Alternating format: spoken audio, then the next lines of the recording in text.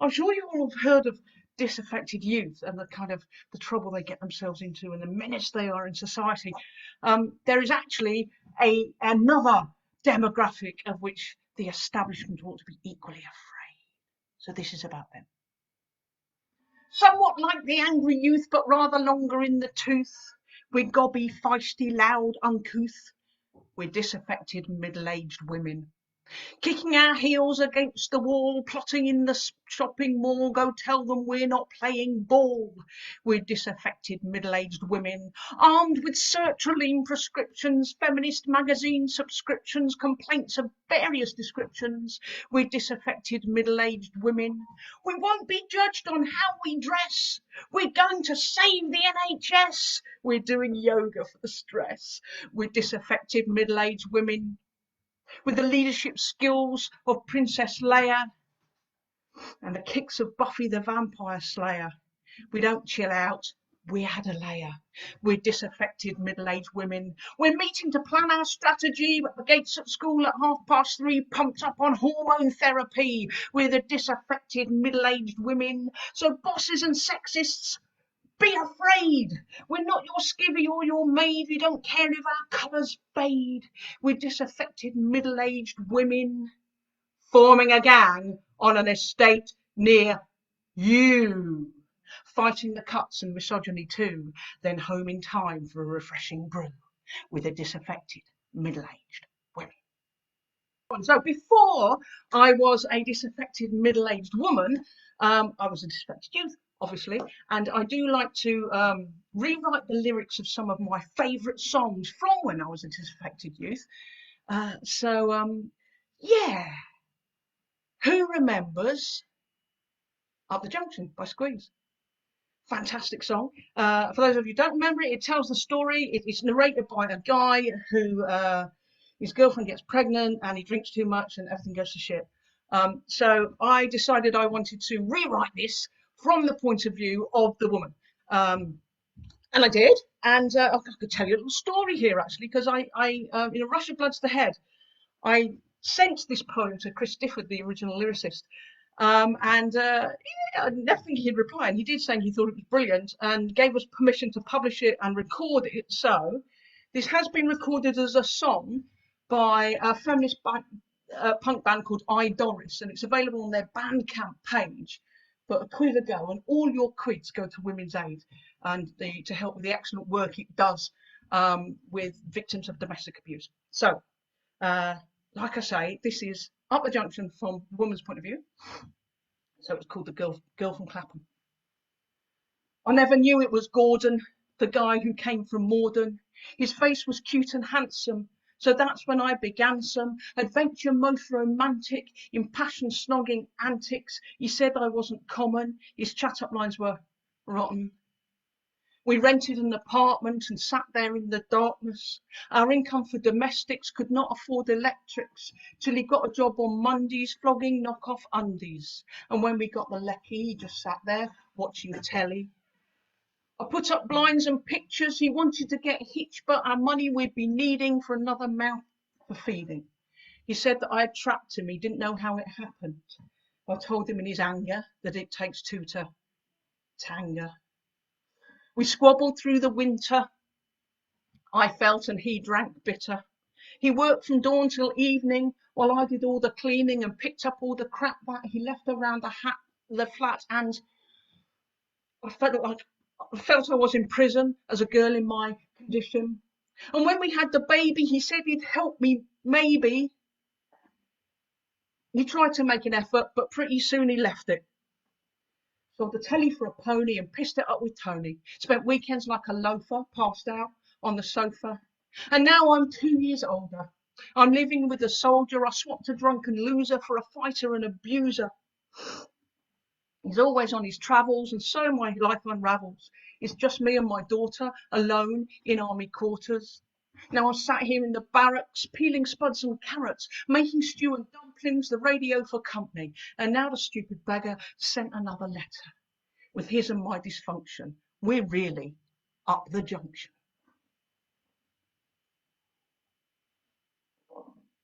Thank you very much. Thank you very much. Right, next one. So those two were actually from a previous book of mine called Disaffected Middle-Aged Women. I'm going to do a few now from my most recent book, Fighting Tories, The Force Awakens. The first one I'm going to do from that is a question I am often asked. Now, maybe a question you guys are often asked as well, I don't know, but I certainly am. And that question is, why can't you just be normal? Why must you like that tuneless music, wear your hair the way you choose it? I think you get it, but then you lose it. Why can't you just be normal? Why can't you make yourself conform to anything that's near the norm? Don't you know there's a uniform? Why can't you just be normal? Why must you hang with those dropout friends? Dress how you like, ignore the trends. Your oddness seems to know no ends. Why can't you just be normal? Why do you have to say that stuff? Me and the others have had enough. Why must you make our life so tough? Why can't you just be normal? Why must you flinch from being praised? Why can't you tell that I'm amazed? Can't you see that my eyebrows raised? Why can't you just be normal? Your posture comes across as rude, your face is plain and your nails are chewed, you're not even eating normal food. Why can't you just be normal? Why can't you walk like the others do? Look at me when I talk to you, only speak when you're spoken to. Why can't you just be normal? Why must you flap and skip and spin and screech and make that fearful din? What headspace are you living in? Why can't you just be normal? Why must you sign when you could speak? Don't you mind being thought a freak, a loser, nerd, a weirdo, geek? Why can't you just be normal? No one likes the way you're sitting. Can't you even try to fit in? I do my best, but I feel like quitting. Why can't you just be normal? You're making people stand and stare. You do things that I'd never dare. No one likes you. You don't care. Why can't you just be normal? You have your strengths. It's such a shame. Why can't you play convention's game? Then everyone could be the same. A perfect world of normal. Thank you. Hey, another little short one from that latest book, because world leaders, politicians only seem to have one phrase that they ever say when something disastrous is going on. So this one is about that, and it's called Thoughts and Prayers. Racist terror, thoughts and prayers. Coffin bearer, thoughts and prayers. Crossing, drowning, thoughts and prayers. Solemn, frowning, thoughts and prayers. Thoughts and prayers and sad reactions. Thoughts and prayers, but never actions. Stabbed and killed, thoughts and prayers. Life unfulfilled, thoughts and prayers. Death in prison, thoughts and prayers. No decision, just thoughts and prayers. Thoughts and prayers, respectful silence. Thoughts and prayers, but yet more violence. Killer storms, thoughts and prayers. Global warming, thoughts and prayers. Climate chaos, thoughts and prayers. Recycled pathos, thoughts and prayers. Thoughts and prayers and resolutions, thoughts and prayers but no solutions. Thoughts and prayers and bare exchanges, thoughts and prayers but nothing changes. They've bought up shares in thoughts and prayers. So I should point you to my website, JanineBooth.com. And if you want to buy any of a wide selection of books on offer, that's JanineBooth.com/shop. Because we've all, got to be reading more stuff now, haven't we? Given the limits on going out. And soon I'm going to do some of the poems I've written about the coronavirus crisis. But before that, just a couple more from my latest book, Fighting Tories, The Force Awakens. By the way, here we go, look, t-shirt, Fighting Tories, The Force Awakens. You can buy that from the web shop as well. Okay, so next one. Okay, so for those of you who are actually fans of formal poetry, this next one is a pantoum, and a pantoum is a particular formal form of poetry which involves repeated lines that interlock with each other. And the reason I'm telling you that, even if you're not interested in formal poetry, is because if I didn't tell you that and then I did this poem with repeated lines, you might just think I was too idle to write any new ones. So it's not that. So this is a pantoum, and it's a pantoum about visiting my son in hospital last year, and it's called This Place. I come to see you in this place, a train, a bus, a longish walk. A mask of growth veneers your face. We picnic, catch up, laugh and talk. A train, a bus, a longish walk. They brought you here to make you well. We picnic, catch up, laugh and talk. You've questions, jokes and tales to tell. They brought you here to make you well. You're brave but anxious 17. You've questions, jokes and tales to tell of doctors, therapists you've seen. You're brave, autistic 17. You're going to get the help you need from doctors, therapists you've seen, the help we had to claim and plead. You're going to get the help you need, but I can't help but wonder whether, if you got it when we pleaded, we'd still be at home together. I can't help but wonder whether opening fruit juice, opening cakes, we'd still be at home together, however long recovery takes. So I bring fruit juice, Dad brings cakes.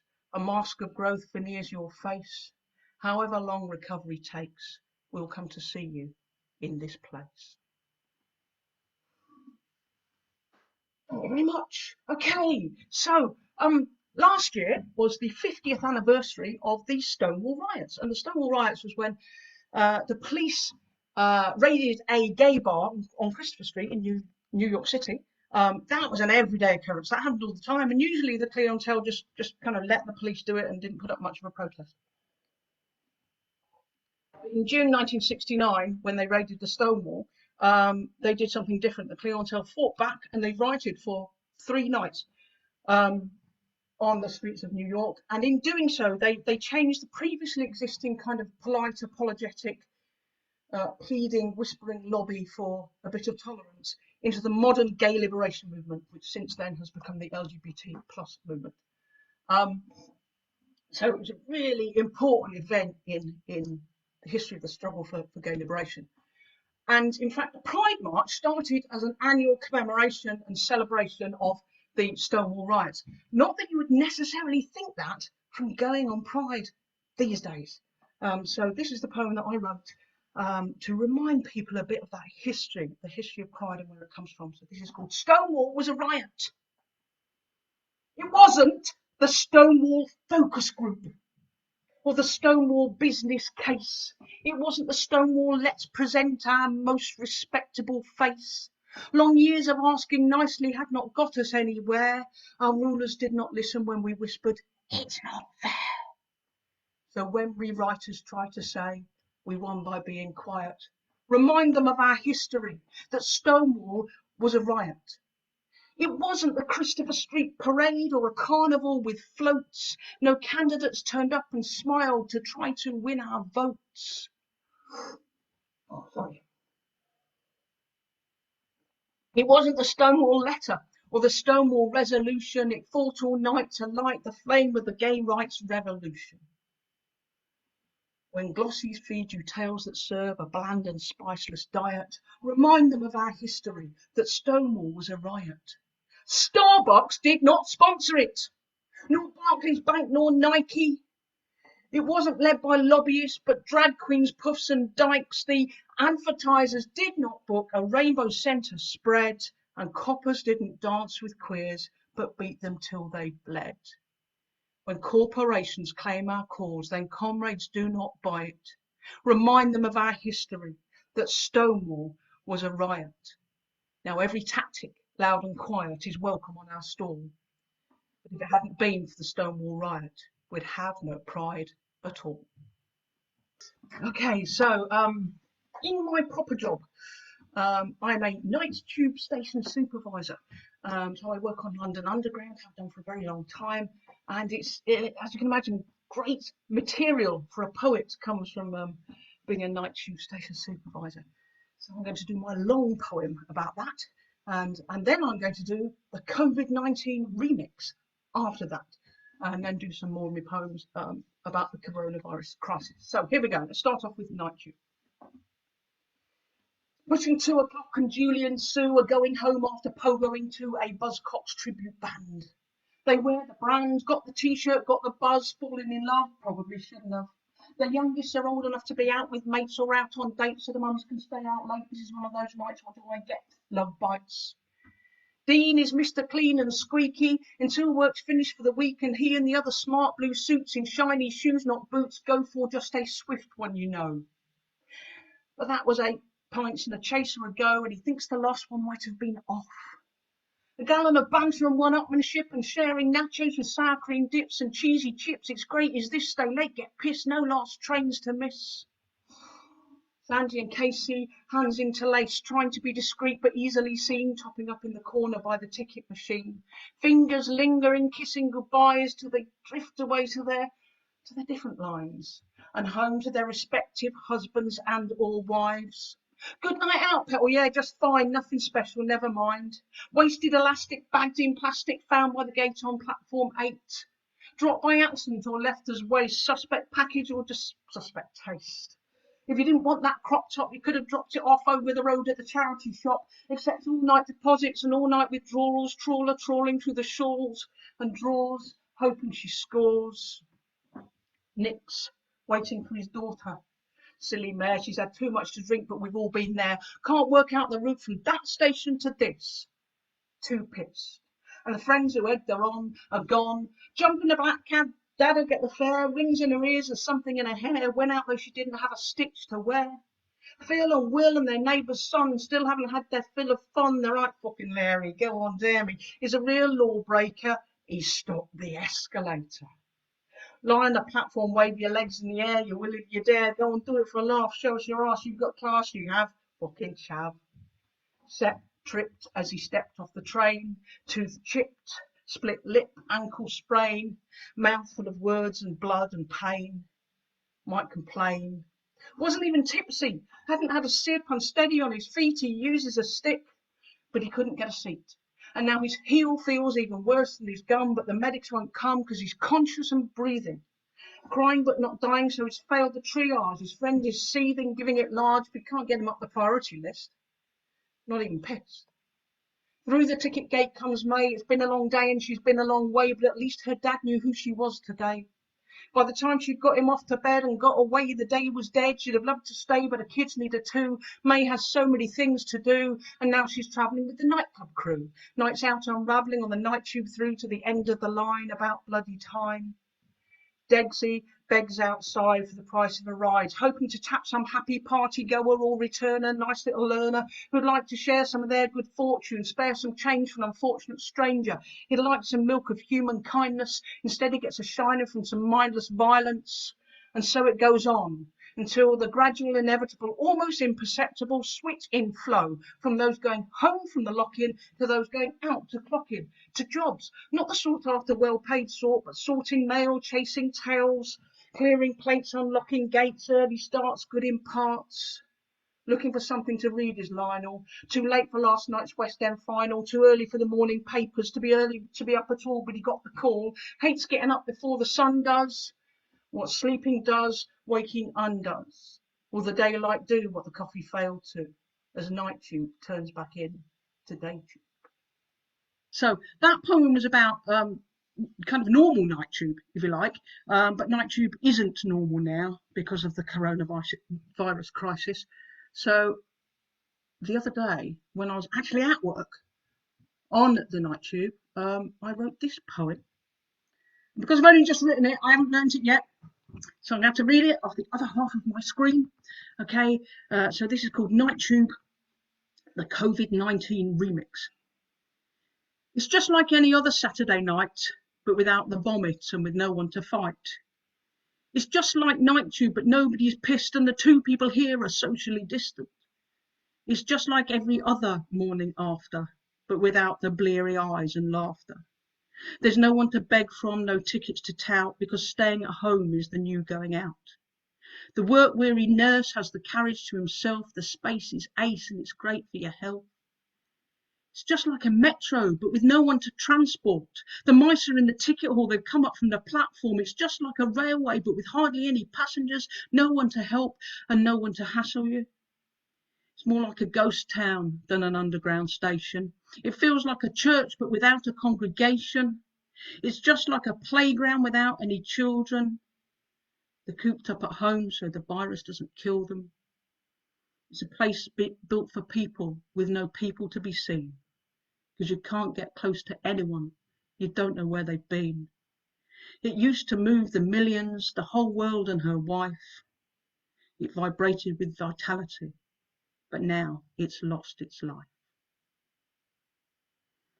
Okay, so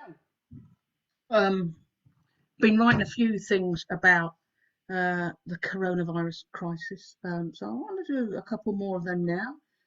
So I mentioned earlier about pantoums being a formal type of poetry. Another formal type of poetry that I'm a particular fan of is the villanelle. A villanelle is a 19-line poem. The most famous one is Dylan Thomas, "Do not go gentle into that good night." So again, it has repeated lines, but different rules from the pantoum. And this one it's actually the first one I wrote about coronavirus. I wrote it about 3 weeks ago, and I wrote it in response to being a little bit annoyed by how many people were saying, "Don't worry, calm down. It's only the old and the sick who are in danger," because a lot of people are old and sick, and they matter just as much as everyone else. So this is a villanelle, and it's called Dispensable Other. Accept our rule and stop this hue and cry. Some loved ones have to go before their time. It's just the weak and sick and old who'll die. We have a theory here to justify. Our nudging unit thinks it's just sublime. Accept our rule and stop this hue and cry. No need to test or rest or notify. Our British stock is mostly in its prime. It's just the weak and sick and old who'll die. Forget your fragile neighbours and apply survival of the fittest paradigm. Accept our rule and stop this hue and cry. No need to stockpile meds or panic buy. Those stocks go down as virus figures climb. It's just the weak and sick and old who'll die. If you're not young and fit, you're by the by. Bring out your dead and sound the sorrow chime. Accept our rule and stop this hue and cry. It's just the weak and sick and old who'll die. Okay, so the other thing that's become rather noticeable during this pandemic is all the kind of ideological advocates of capitalism have gone a bit quiet. So I wrote this poem about that, about all the ideological advocates of capitalism going a bit quiet. And this is called Wherefore Art Capitalism? No one's saying leave it to the markets.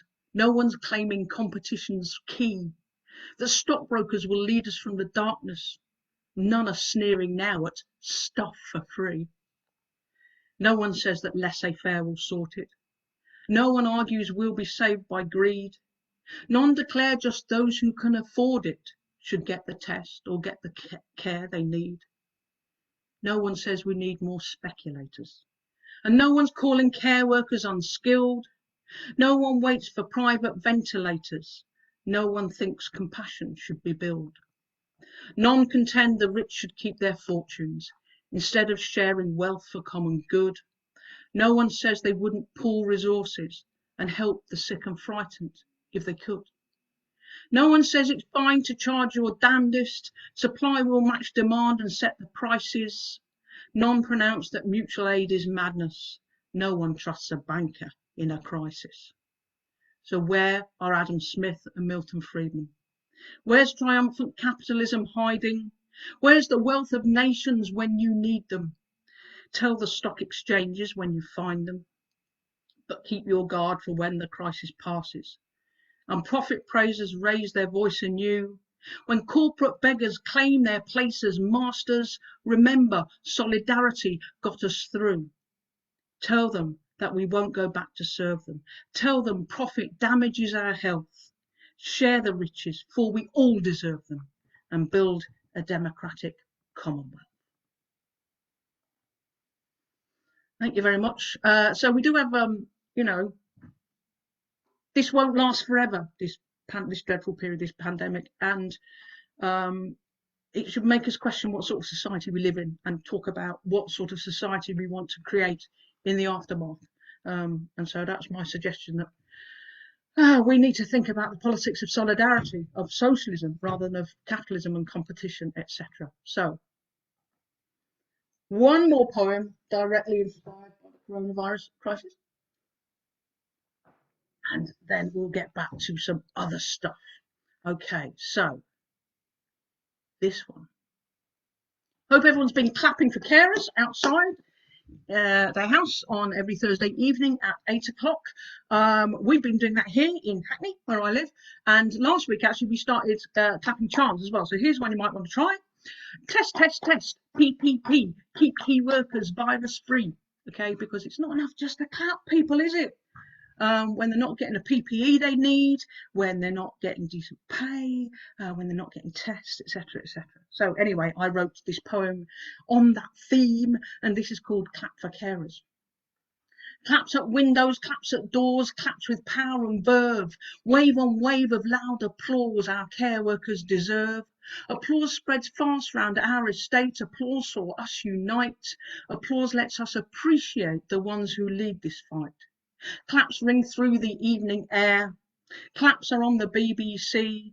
Claps show them how much we care. But workers need their PPE.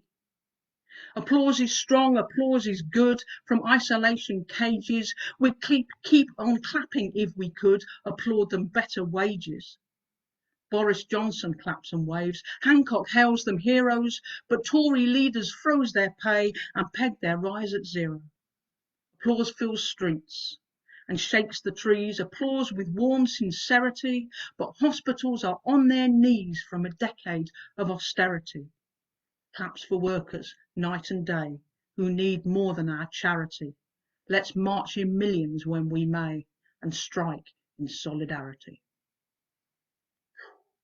Okay, so I should plug at this point, I've, over the last couple of weeks, been putting together an anthology of, okay, so I set up a Facebook group on the 18th of March called Coronaverses Poems from the Pandemic, which you are all most welcome to join, whether you want to read poems or write poems or both.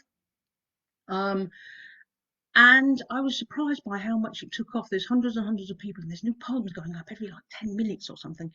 And it soon became clear that we'd be able to put together an anthology of some of the best of these poems. So we have done that. So there is now an anthology. You can find the link to where you can buy it. It's an ebook at the moment. It's going to be a print book before the end of the month. You can find the link to where to buy it as an ebook on my web shop, janinebooth.com/shop. Or if you want to go direct to the bit where you can buy it from, it's books to read. So that's books to figure 2 read.com/coronaverses-poems. And you can buy it on Kindle and Apple and that kind of stuff.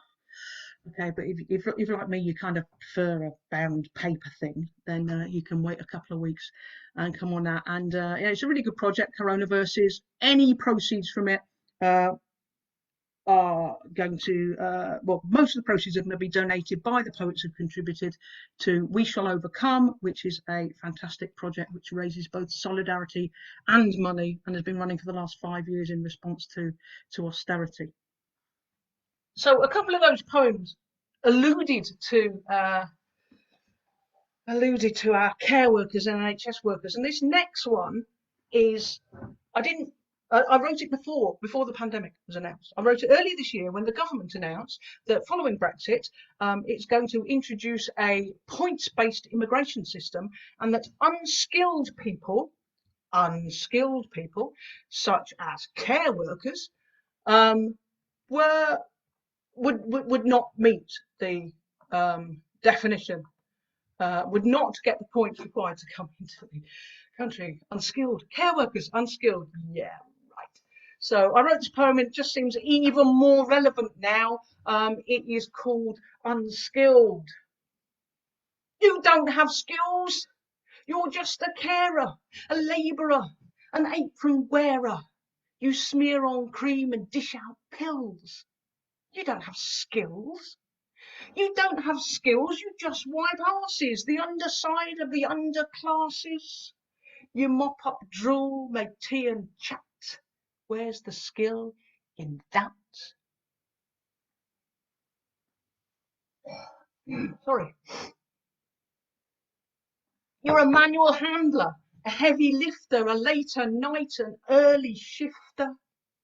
You're a miracle worker, a first responder, a 15-minute magic wonder, a jargon buster and explainer, understander, try-againer, a kit inspector, a friend and neighbour, a disinfector, a dressing changer, a food preparer, a medicator, a burden bearer, an educator, precious company, progress praiser, rarely grumpy, spirit raiser, hoister, shopper, cleaner, duster, moisture mopper, dose adjuster, symptom spotter, reading taker, noter, jotter, arrangement maker, passage easer, pain reliever, comfort giver, help for griever. But you don't work with lathes or drills. You don't have skills. Your wages barely pay your bills. You don't have skills. You're patient, caring, brave, strong-willed, but still unskilled. That's why that vacancy's unfilled. Okay, so when I was trying to educate myself about poetry a few years ago, I read a biography of Philip Larkin. It turns out he's a bit of a prick, really. But there was a bit in that book where it describes when he was at Oxford University in the 1940s. He was an undergraduate there, and it describes a guy he made friends with. And one of the things it describes him as was an author of several unpublished books. Certain poetic ring to it that has. But also my head started to unpick the kind of meaning of that phrase, because if you were a bloke undergraduate at Oxford University in the 1940s and therefore extremely posh, and you were the author of several unpublished books, it was almost certainly because your books were crap. However, for everyone in that position, there are thousands upon thousands of working class women and men who are the authors of several unpublished books, not because their books are crap, but because they don't have access to that level of privilege and opportunity to have their books published, or maybe life got in the way of them writing the books in the first place. That's a long and waffly introduction to the poem that was inspired by that single phrase in that book. Yeah, it's one of my favourite poems that I've written, and it is called Unpublished Author. A traveller to worlds of unvisited places, a winner of numerous unstarted races, a painter of touch-ups that could have been pictures, designer of unproduced fittings and fixtures, inventor of gadgets that never made patent, finds skills unfulfilled and fierce passion still latent. Cordon bleu cook, feeds her kids what she cooks, an author of several unpublished books. Soul-drenched soprano who sings in the shower, an artist who hires out her craft by the hour, a teller of stories, a co-educator, a thinker, philosopher, poet, creator, composer of lullabies heard just at home. Her life may stand still, but her mind likes to roam. A scrawler of lines, stuffed in crannies and nooks, an author of several unpublished books. A washer of dishes, a wiper of arses, a lister of wishes, a dropout from classes. Where muse could have struck, she was clearing up muck, or so tired she got stuck, or out earning a buck. A riser at dawn, she's a clock in and outer, she's patched up and worn, she's a serial self-doubter. The sleazeball at work says she's losing her looks, an author of several unpublished books. She'd dance in the dusk, but her neighbour's abusive. Containerised living is hardly conducive. She'd love to be noticed, but breaks are elusive. The one time she tried, the reply was conclusive. A writer of plot lines, deviser of hooks, and author of several unpublished books. a worker of overtime, Christmas is nearing, toiling in noise, getting harder of hearing. Watch time grinding onwards, her dreams disappearing, her subconscious critic is constantly jeering. She's one of those stars whom our world overlooks, an author of several unpublished books. There's been a bit of a thing, has there not? A bit of a thing of people going out and denouncing other people for going out, which is a bit odd. I read something very good by a doctor yesterday, Dr. Yanis, who's a good lefty in the British Medical Association. He's a junior doctor, and he says, kind of stop blaming the general public and letting the state off the hook for its failings. So he said this in a kind of political way. I'm saying it in a rather rude, poetic way. If you are sensitive to swear words, you may wish to mute for the next 10 minutes, because this poem does use the word fuck a lot. Because there's been a hashtag that says stay the fuck home, and I think it's a bit unreasonable. And this is me saying why I think it's a bit unreasonable. Okay, so this is stay the fuck home. Stay the fuck home, they yelled at a grey-haired man in the supermarket that they were also in. Stay the fuck home, they insisted. Follow government advice, which is not for everyone to stay the fuck home. Stay the fuck home, they typed, logged on to the company account, working from home on full pay. Stay the fuck home, they said, from a home in which they are not beaten or abused. Stay the fuck home, they posted, from their comfortable, well-stocked homes, which remain comfortable and well-stocked due to the labour of those who do not stay the fuck home. Stay the fuck home, they urged. Ignore those who need you. Don't feed them or help them or heed them. Stay the fuck home, they demanded. Polishing pitchforks with 2-metre-long handles so they can use them while maintaining social distancing. Stay the fuck home. How about instead pay full fucking sick pay and decent fucking benefits, fucking house the homeless, deliver fucking food to people's fucking homes, help the fucking lonely and the fucking vulnerable. So show some fucking solidarity. Thank you. This is not a virus symptom. This is just the talking for so long. Okay, so I'm going to leave you with one more. Okay. As you know, I started off by doing a poem about being a disaffected middle-aged woman. Obviously, as you grow older, your politics moderate, don't they? You give up the revolutionary verve of your youth. So here you go, here's a poem about that. When I was young, full of rage, I hated Tories to my core. But now I've reached a gentler age. I hate the fuckers even more. What shall I do on this fine day? I've so much on my list, a mix of work and rest and play. I'm sure you get the gist. And maybe I will write a rhyme, but my unwritten law is every day I'll spend my time mostly hating Tories. I'll go to work, some bills I'll pay. That's if I'm feeling rash. To help her through to payment day, I'll lend my friend some cash. I'll probably make my kids some tea and read them bedtime stories of homeless piggies 1, 2, 3 and why they hate the Tories. I'll hate them for the bedroom tax, I'll hate them for the cuts, for living off the workers' backs, I'll hate their very guts. Look, see the depths to which they'll sink, they don't know where the floor is. That's why I'll spend today, I think, mostly hating Tories.